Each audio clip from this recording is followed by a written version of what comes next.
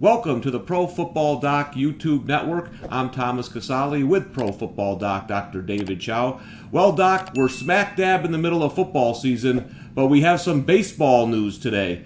Fernando Tatis will not have surgery on his injured shoulder. He was going to try to play through the season like he did last season with no surgery. I know you, Doc, you are in San Diego. You've been all over the Tatis injury. I know you have a lot of strong comments on this, so go ahead and tell us what you think. First of all, I'm not trying to second guess any decision that he's making. I have not examined Tatis. I root for the Padres. I love Tatis. He's my now 9-year-old son's favorite player. He wants to wear 23 and the whole deal. He's got the flap. He's got this glove that he has, the camouflage arm sleeve that Tatis likes to wear. He's got all of that. So I'm a big fan. So I'm not trying to be critical. I'm just trying to point out some realities that it's going to come out again. It's come out 5 times documented this season. There is some reports that it came out before this season. It's going to come out again. This is no different than what we talked about with Baker Mayfield week 2, that it was going to come out again.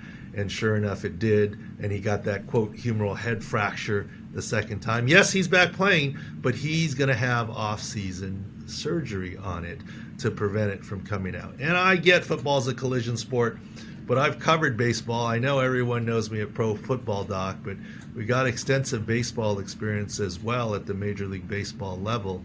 And I'm not trying to second guess the situation, but medically and logic would tell you, for a host of reasons beyond just what we know, that it's going to come out again.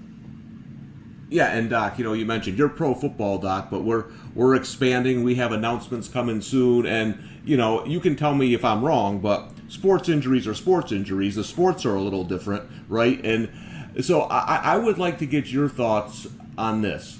Why do you think he isn't getting surgery on it? Okay. If, in your opinion, that's the right way to go. Let me address that, because look, and that's a little more speculative because you're getting in his mind, right? Yeah. And we can try and do that. But as far as, for example, baseball, to some extent, an injury is an injury. But I think I'm lucky to be able to share a lot of insider knowledge related to football in terms of how teams think about, let's say, sitting Dak or playing Dak, as we talked about. And that can only come from having NFL team physician experience. And the surgeon for Russell Wilson said, I've never seen anything like this in an NFL quarterback. I haven't seen the exact same thing, but I have, which is why I said, yeah, back in week 5, he's going to return week 10. It's not a surprise. Been there, done that in different forms, not exactly, right? And we have a lot of NFL experience. And this is why we're talking about earlier today about Kamara and how he might be utilized in space versus otherwise with his MCL. That takes NFL knowledge, team physician knowledge. Yes, a lot of good doctors can say, well, an MCL is an MCL, a labral tear is a labral tear. But it's the application of that to the specific sport that's unique. I've covered baseball. Look, I worked with the Chicago Cubs. I worked and covered spring training with the Minnesota Twins. But I wasn't the head team physician for 2 decades. That's why I leave my thing at Pro Football Doc. I would argue that I have more Major League Baseball experience than the vast majority of people out there trying to talk about it. I've actually done some work in Major League Baseball. But it's not as extensive as football, which is why Football Doc, and this is why, as you say, announcements and we'll grow. We got some special announcements coming where we're going to bring in extra expertise. And our calling card is guys that not only know medicine, not only are surgeons, but we're team physicians that have that extra insider knowledge. Now, with the Tatis thing, it's pretty simple in terms of why it's going to happen again, why he needs surgery. First of all, word on the street is it happened before he signed his big contract. And then in spring training and this season, it has happened a total of 5 times. On March 15th, he slid headfirst into home and his left shoulder subluxed out. Missed a little bit of time. Very tough guy. I'm in his corner. I love the way he plays. He's the matrix, how he contorts his body. And that in some ways might hurt him. Then in spring training, 8 days later, March 23rd, a routine grounder fielding it across his body and his shoulder subluxed. Then he returned pretty quickly. Then April 5th, the 5th game of the season, a hard swing where he's used to letting go with his top hand and on follow through, dislocates his shoulder, goes to the injured list. At that time, I said, surgery is a matter of when, not if, and wrote the articles saying that. He returned April 17th, and amazingly enough, to his credit, I think it's very hard to change what you do. I mean, no offense, but look at Tim Tebow. He never could change his throwing motion, could he? Tatis, mid-season, changed his swing. He held on with the top hand. And look, he's still in contention for an MVP. He had, I think, 42 homers changing his swing. So what he's done is unbelievable. But then, sure enough, on June 20th, a fielding play. He dove, and the shoulder came out again. And then finally, I think it was July 30th that he had another slide, this time feet first, slide into third base. But he rolled on his left shoulder a little bit, and it came out. And an IL stint and came back.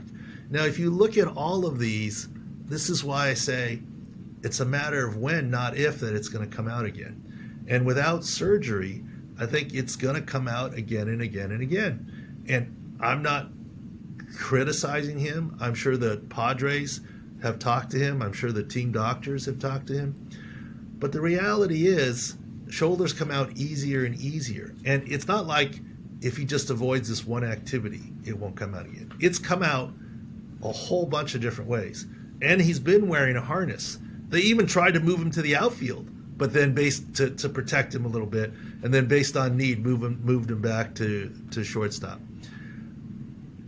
He's going to need surgery to get the stability. Period. End of discussion, unfortunately, is my opinion, but not off exam.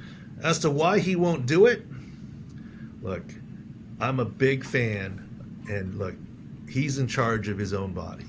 He's the only one that can consent to surgery. I think 15 years ago, you can look it up, I could be wrong. Do you remember, Thomas, when the Chicago Bears, Alonzo Spellman, I think Ohio State D-line, Yep. he had some issues, a shoulder issue. The Bears said he needed surgery. And I think, there were some issues where he might have been found walking on the side of the road in barefoot and cold snow. I don't know the details. But the Bears tried to force him to have shoulder surgery. And you can't do it. The only person that can consent to surgery is the person who's getting the surgery himself. That's it. And so Tatis has every right to say no. But think about this. If rehab were going to fix it, why hasn't it been fixed already? Did Tatis not want to do the rehab? I doubt it. I mean, you know what I mean? Like, this is a recurring problem that's been there. And if it were fixable with rehab, knowing Tatis and whatever, he would have done the work to do it. So what's going to change coming into next season? So our only hope is at this point in time that he controls it enough that it comes out fewer times, but it's still going to come out. And hopefully he doesn't do further damage to his shoulder. The good news is, the risk of permanent damage in the next dislocation isn't huge. But cumulatively, the guy's, 23? And I don't know. To answer your final question about why he's not, I can't get inside his head, but I've seen it before. He is unbelievable, superhuman, a unicorn athlete, the Matrix, we talked about it. And I have run into these athletes in my professional career, and I won't name names, that because they are basically superhuman and all their teammates and coaches and fans think of them as superhuman, part of what makes them great is they actually think they're superhuman. Not like in an egotistical way, but they and their body can overcome anything. And if you haven't needed surgery before, it's almost a sign of weakness. And so I'm quite sure he believes, based on his information, he's doing the right thing. And look, maybe if I examined him and looked at MRIs, I might change my mind, but it seems very obvious to me that surgery is the best thing, and I'm surprised he's not having it done. But once again, not being critical of anyone there. But I've seen this before. People not want to have surgery because they've gotten to this far in life, being the best and the greatest and always been able to overcome. What's going to change that this time in their mind? And so it's not unusual. Now, if I were his doctor, and I'm not, I might have a conversation with him, because there are some words out there that were said that he doesn't like the harness and that he wants to play shortstop. I might talk to him with a point of view long term, but when you're 23 and invincible, they don't want to hear long term in general. I might say, you hate the harness? This is your way out of the harness. You want to play shortstop? This is your way to play shortstop, instead of protecting you, moving you to the outfield. I don't know. Maybe those conversations have been had, and maybe there's a good reason why he's not having surgery that I'm not aware of. All right, well, interesting take, Doc. And I will say this. I can give you a guarantee that Fernando Tatis will be one of the favorites, if not the favorite, to win National League MVP. So keep that in mind, that Doc's saying that he might not make it through the season, or he might have some bumps in the road. And we know, as we saw with Mike Trout and others, that a little injury here and your chances of winning MVP can go up in smoke. So keep that in mind when the odds come out.